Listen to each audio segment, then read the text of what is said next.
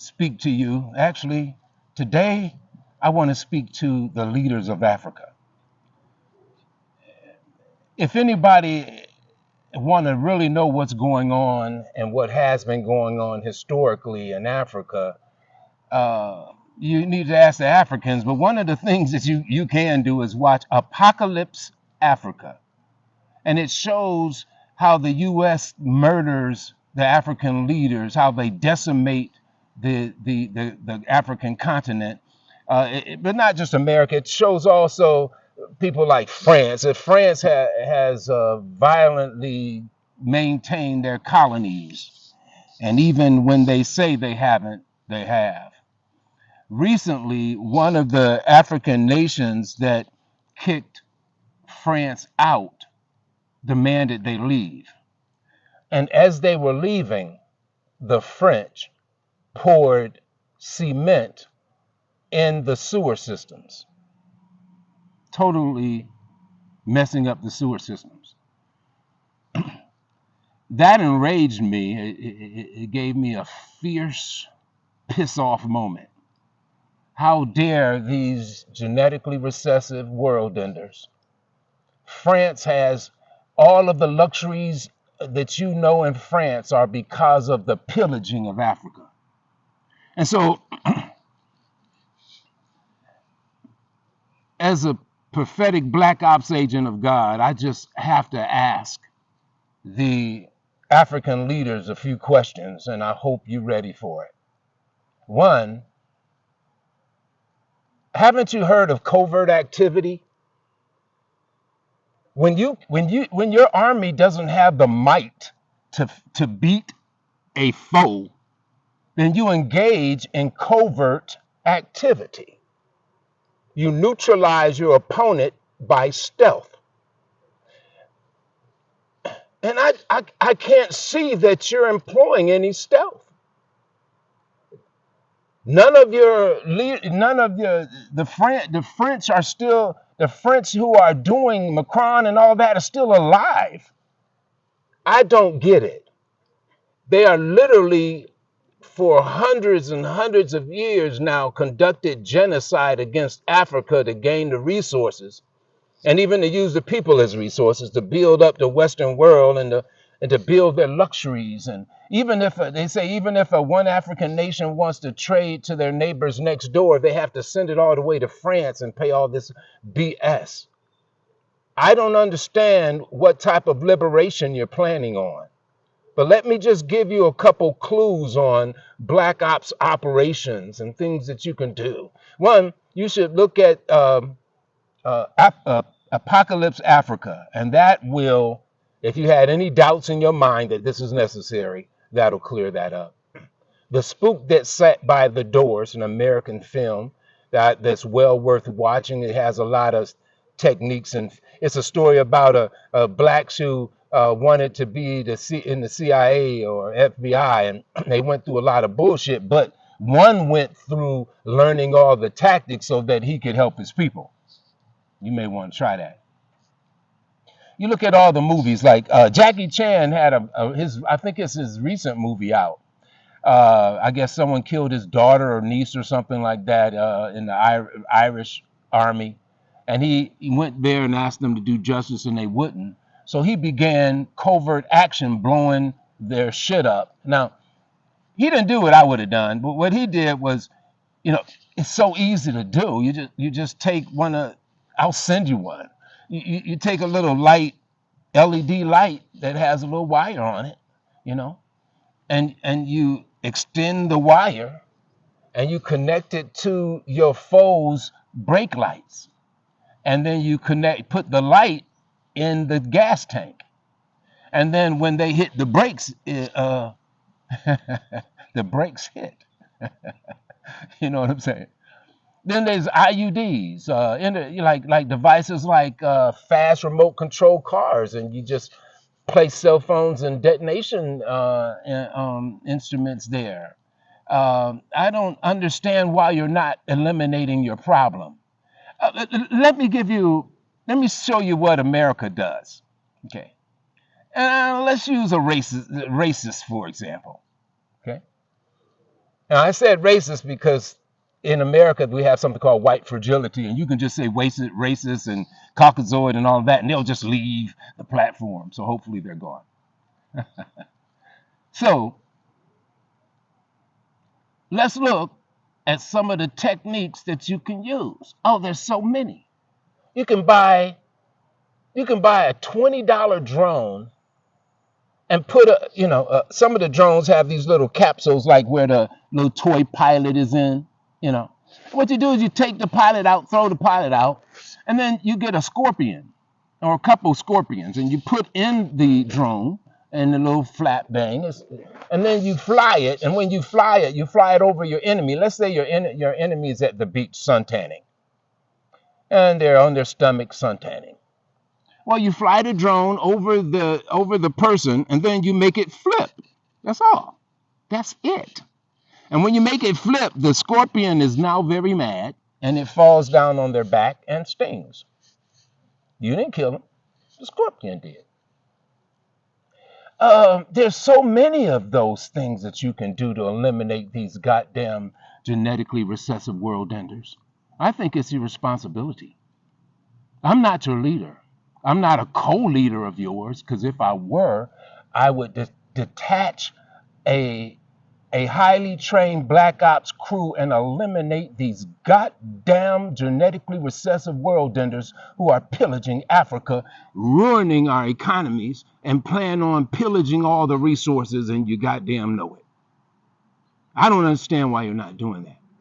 So let me give you an idea of what some racists are doing here in America. It may clue you. For example, racists don't like, indigenous black people. And so even if we're praying to God, they want to destroy us. And so what they did was this one guy named Dylan Roof. Now, Dylan Roof went into a church. Now, we don't know if it was government backing or not, because the government paid reparations immediately to the folks. And we wonder if there were some shady deals. But anyway, because they haven't paid reparations to me yet. What happened was Dylan Roof went into a church and shot up, and I think he killed or wounded 9 people. Let's say killed 9 people and wounded others. And so he was arrested. And an interesting thing, he was the one that was arrested. And when he was arrested, the police dropped by Burger King to buy him something to eat. I mean, they really wanted to pat him on the back. But the interesting thing is not how the police treated Dylan Roof, but the interesting thing is the first day he was arrested, they created a self-defense fund, a defense fund for Dylan Roof. And in one day, the first day, he got over $70,000. And by the end of the week, he had well over $700,000, and it just kept growing. So what that meant is there were some people that says, I didn't tell him to go do it, but here's for his defense fund. Here's for his comforts. If you did that, why aren't you doing that when you got enemies that's terrorizing your whole continent? The whole continent. Why aren't you doing that? And the reason let me not propose or make supposition, but instead let me affirm you that the U.S. does it all the damn time. The U.S. is like many-headed beast. I forgot the name of that beast. You cut the head off of the beast and then 2 or 3 or 5 will grow in that spot. And so it's kind of hard to kill a beast like that. You have to go and attack the blood of the beast, not the head of the beast, but the energy of the beast. See, Gandhi taught one thing for certain. Many people thought he taught, his example was, stand in line, get your head beat so they can see the disparity of who's doing wrong, and then blah, blah, blah, blah. No. The victory of Gandhi was to get his people to divest all their energy from their oppressor. Let me make that clear. Britain lost and left without a major fight because the people that they were using, like Tupac say, we paying the cops and they knocking us out. We'll stop paying them. Drain them of their resources, and you can do that legally by letting them know they have usurped their authority and therefore you're not obligated to pay. Let me give you an example: IRS and Federal Reserve. Now, the Federal Reserve went to the Department of Justice and told them to enter into a period of delayed prosecution, which means all the issues of fraud that corporations are going to be exposed on, we're not going to prosecute on that. Matter of fact, let that go. And it's called delayed prosecution, which means no prosecution at all. Now, you're not allowed to go to the Justice Department and tell them the policies that they must dictate. So that's a criminal violation. So just that alone, we don't have to go through the trail of tears of all the things that the IRS and the Federal Reserve are funding both sides of wars and all this nonsense and all this criminal activity. We can just use this last one. Okay. And then see, because there's three pillars. Let me put your thinking caps on again. Are taxes voluntary or involuntary? Legally, by law, they are involuntary. They are voluntary, excuse me. They are voluntary. They feel like they're involuntary, but it's because you don't know your power and you're not exercising it. So the first question is it voluntary or involuntary? And the answer is it is voluntary to pay taxes. The second question is it legal to fund a terrorist operation or a criminal group? Is it legal to fund a terrorist operation or a criminal group? And the answer is absolutely not. So therefore, since we know that the IRS and the Federal Reserve has funded both sides of wars and tells the Justice Center to look over their fraud, we know that's a criminal act. So you are duty bound to inform them that you're now aware of their criminal act and that you're now duty bound not to pay any further taxes and to demand all of the taxes that you ever paid to be returned immediately, or you what do you call that? Put liens on all their properties. See, the wealth of the wicked is laid up for the righteous, but you've got to actuate. Okay. I'm sorry for that long time out. I was talking to our African leaders, but I had to prepare my people in a way to get their power so that they can leverage help for you. Because my main reason for doing this is I asked you, what type of help do you need to end this genetically recessive world ender's hold over you and disable him from ever getting it again? What is necessary? And then what is required of us in the diaspora to help leverage that thing? Now, I don't want you to sugarcoat shit. Let's say you need a kamikaze pilot. Say you need I need a squadron of kamikaze pilots. Because we've got people who are hell-bent on suicide. We might as well give them something honorable to go out for. Okay? So what do you need? What's required? Not what do you need. What's required to get this genetically recessive world ender off your back? Like, for example, way back when, I was a student at the university and we put pressure on the university to divest from South Africa and reinvest in their oppressed. Most people were saying divest from South Africa, but the Rainbow Coalition that I ran said divest from the oppressors of South Africa, reinvest in the oppressed in South Africa, and then you'll get the benefit of the release of that oppression.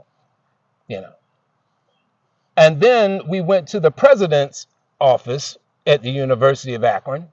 And I first let all the folks that thought they were good leaders say, try to convince the president to divest, and I let them do all their thing. And then when they got a little frustrated, I said, okay, now let me try. So I went into the president's office and told him that at the time there was 26,000 students at the university. And because of that, it was so many millions of dollars. I don't remember the actual amount that they got because we were there. And I told them there was a federal law that if you're not in compliance to all federal laws, then I can move to freeze all of your federal assets. I can freeze all your shit. And then I told them, and because you are misrepresenting the student body at the University of Akron by using your money for terroristic deeds in South Africa, then I'm suggesting that you are violating the oath and trust and is a financial criminal action in our representing us. And therefore, we have a right to seize all of your property and to put liens on everything, and including your salary. Now, when I said that to the president, there was a big ass change. And they started really considering maybe we should go ahead and invest in something else. And so what I said that long story to say that someone's leverage across the ocean can help to reduce your misery in South Africa or in Africa. And because I learned a long time ago that there's no power greater than that power leveraged. And all you need is a fulcrum.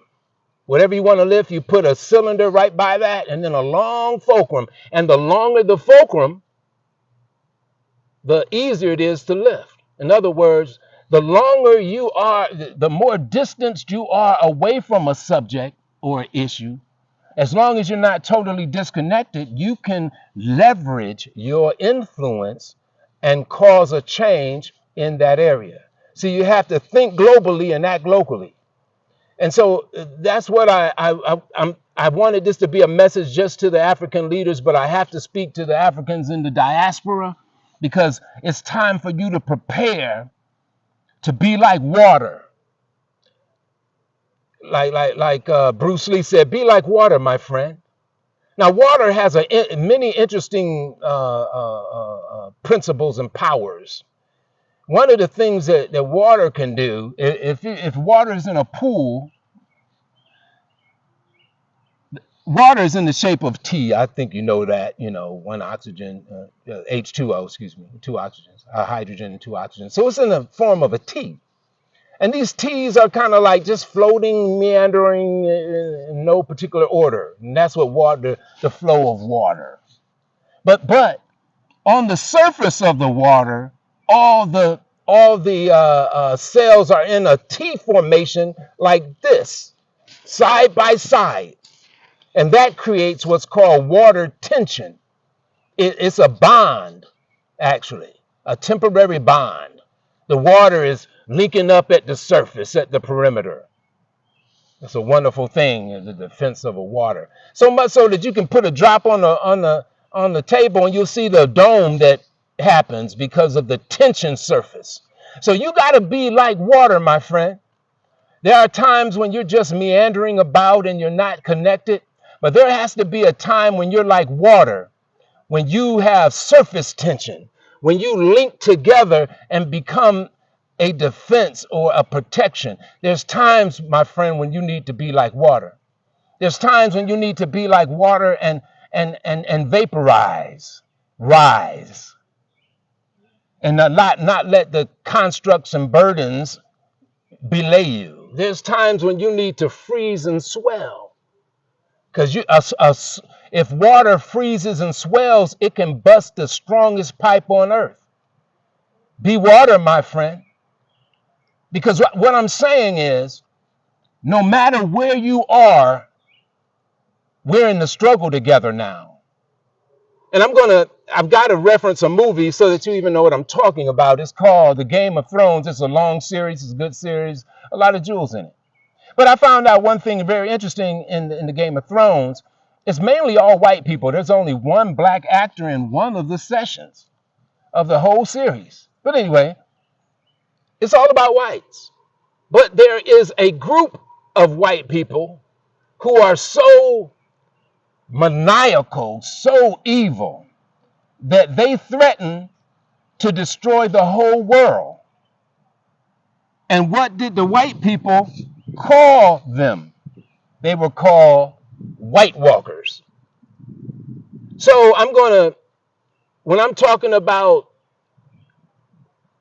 the Congress and those racists in there, and the Supreme Court and the racists in there, and the executive branch and the racists in there. I'm talking about the White Walkers. Now, if you support the White Walkers, you're no better than the White Walkers. You're the support of White Walkers. And in reality, we have to get rid of the supports before the tower falls, right? This isn't like the 911 tower falling where everything is orchestrated and all the explosions and it goes down. And no, this is a different kind of tower fall where you got to take the supports off and then it tumbles. The scriptures talk about the kingdom that was built with the top was gold, and then the breastplate was brass, and the stomach was silver, but the feet was clay. So you got, and you're the clay. So you got to become mushy when you were, after all the times you've been taught to be so rigid. Be mushy when they want you rigid. It's kind of like when a good black man comes to a black community and he wants to raise up them and teach them right. You can be an Olympic athlete for the white supremacy system. But then the black man will ask you to do something very easy, and then you'll become quadriplegic for your own freedom. And that's become a great problem. And if it continues to metastasize, we're literally going to have to be like the Wolverine who's trapped in a cage, in a trap. That Wolverine will bite its paw off in order to save itself. That's what a Wolverine will do. And you don't want to fight with a Wolverine. Have you ever, a badger? I'd love to say a badger. You don't want to fight with a badger. Why? Because most animals, it's not the size of the animal in the fight, it's the size of the fight in the animal, right? So you try to fight a badger, the first thing it does is go for your nuts. You try to do something else, and the next thing it does is go for your nuts. And then you try to do something, now it's going for your neck. And now it's going for your nuts. You can wound it, it don't matter, it's going for your nuts. You can chop something off, it don't matter, it's going for your neck and your nuts. And so you're going to have to be like the badger, like the Wolverine, that no matter how wounded you are, you accomplish your task. You're going to have to be like that. Because when you're like that, then one can make 1,000 run away. See, when you're like that, two can make 10,000 flee. When you're like that. And so I'm asking the African leadership, what do you need to help leverage these genetically recessive world enders out of the mix? And I'm asking the diaspora who wants it to happen to now muster up some discipline, because the time is coming for you to be water, my friend. Like Gandhi said, if you take the energy away from the beast, the beast will be drained. You go to the zoo, you see a sign that says, don't feed the beast, unless they give you something to give it to feed it. But normally you don't feed the beast. Why? Because the beast will stop listening to the feeder, the trainer. So we need to disrupt the beast in every aspect. And you are, even though they've tried to dummy you down with fluoride, you're still a brilliant people, because you can tap into your intuitive guide. So I'm asking you to be water in every way as possible to drain this beast. And to the African leadership, my email is yesanthony@yahoo. yesanthony@yahoo.com. Send me what you want the diaspora to do, and don't be shy and don't be euphemistic. Be the generals and admirals and leaders that you were called to be. We stand at muster.